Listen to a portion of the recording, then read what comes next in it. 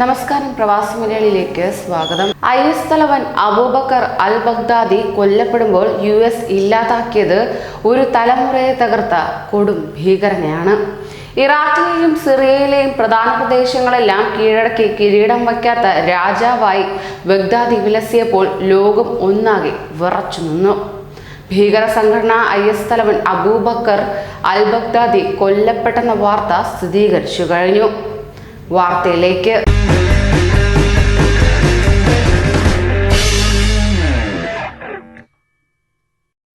IS തലവൻ അബൂബക്കർ അൽ ബഗ്ദാദിയുടെ മരണം സ്ഥിരീകരിക്കുമ്പോൾ ഒരു ഭീരുവിനെ പോലെയായിരുന്നുവെന്ന് US പ്രസിഡന്റ് ഡൊണാൾഡ് ട്രംപ് വ്യക്തമാക്കുകയുണ്ടായി.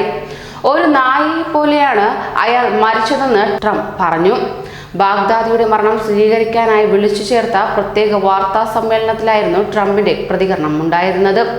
സിറിയയിൽ US നടത്തിയ സൈനിക നീക്കത്തിനിടെയാണ് IS തലവൻ അബൂബക്കർ അൽ ബഗ്ദാദി കൊല്ലപ്പെട്ടതെന്നും അദ്ദേഹം പറയുന്നത്. US സൈന്യം പിന്തുടരുന്നതെന്നറിഞ്ഞ ബഗ്ദാദി അയാളുടെ 3 മക്കളോടൊപ്പം ഒരു ടണലിനുള്ളിലേക്ക് ഓടിക്കയറുകയായിരുന്നു. നിലവിളിച്ചും അലറിക്കരഞ്ഞും അയാൾ ഓടി രക്ഷപ്പെടാൻ ശ്രമിച്ചു. അതിനുള്ളിൽ വച്ചാണ് സ്വയം പൊട്ടിത്തെറിക്കുന്നത് തന്നെ. ബഗ്ദാദിയോടൊപ്പം ഉണ്ടായിരുന്ന 3 മക്കളും മരിച്ചുവെന്നാണ് ട്രംപ് വെളിപ്പെടുത്തുന്നത്.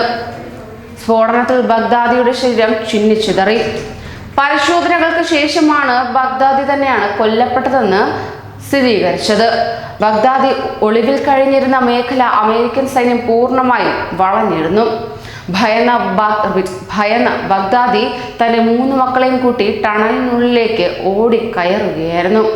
എന്നാൽ സൈന്യത്തോടൊപ്പം ഉണ്ടായിരുന്ന പട്ടികൾ അയാളെ പിന്തുടർന്നു എന്നതും വ്യക്തമാക്കുകയുണ്ടായി. ടണലിന്റെ അവസാനമെത്തിയപ്പോൾ ബഗ്ദാദി സ്വയം പൊട്ടിത്തെറിക്കുകയാണ് ഉണ്ടായത്.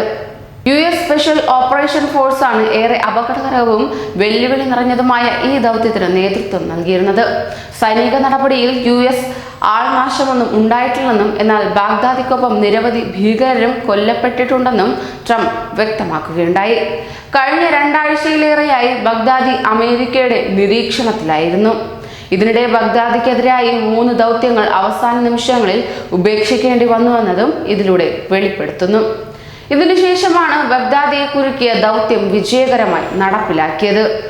ദൗത്യത്തിനിടെ റഷ്യൻ വ്യോമപാതയിലൂടെ US ദൗത്യ സംഘം സഞ്ചരിച്ചതെന്നും ദൗത്യത്തിന്റെ ഓരോ നിമിഷങ്ങളും വൈറ്റ് ഹൗസിലെ സിറ്റുവേഷൻ റൂമിലിരുന്ന് താൻ വീക്ഷിച്ചിരുന്നുവെന്നും ട്രംപ് വിശദീകരിക്കുകയും ചെയ്തു. ദൗത്യത്തിന് സഹായം നൽകിയ റഷ്യ, തുർക്കി, സിറിയ, ഇറാഖ് എന്നീ രാജ്യങ്ങൾക്കും സിറിയയിലെ കുർദ് വിഭാഗക്കാർക്കും വാർത്താ സമ്മേളനത്തിൽ ട്രംപ് നന്ദി അറിയിക്കുകയും ഉണ്ടായി. US സൈന്യത്തിന് സുപ്രധാന വിവരങ്ങൾ നൽകിയത് കുർദുകളായിരുന്നുവെന്നാണ് ട്രംപ് വ്യക്തമാക്കിയത്. വലിയൊരു സംഭവം നടന്നതായി പ്രസിഡന്റ് ഡൊണാൾഡ് ട്രംപ് നേരത്തെ തന്നെ ട്വീറ്റ് ചെയ്യുകയുണ്ടായി. ഇത് ബഗ്ദാദിയുമായി ബന്ധപ്പെട്ട വാർത്തയുടെ സൂചനയാണെന്നായിരുന്നു ആദ്യം വിലയിരുത്തിയിരുന്നത്. എന്തായാലും US സൈന്യം തകർത്തത് IS എന്ന സംഘടനയുടെ വേരായ ബഗ്ദാദിയെ തന്നെയാണ്. ന്യൂസ് ഡെസ്ക്, പ്രവാസി മലയാളി.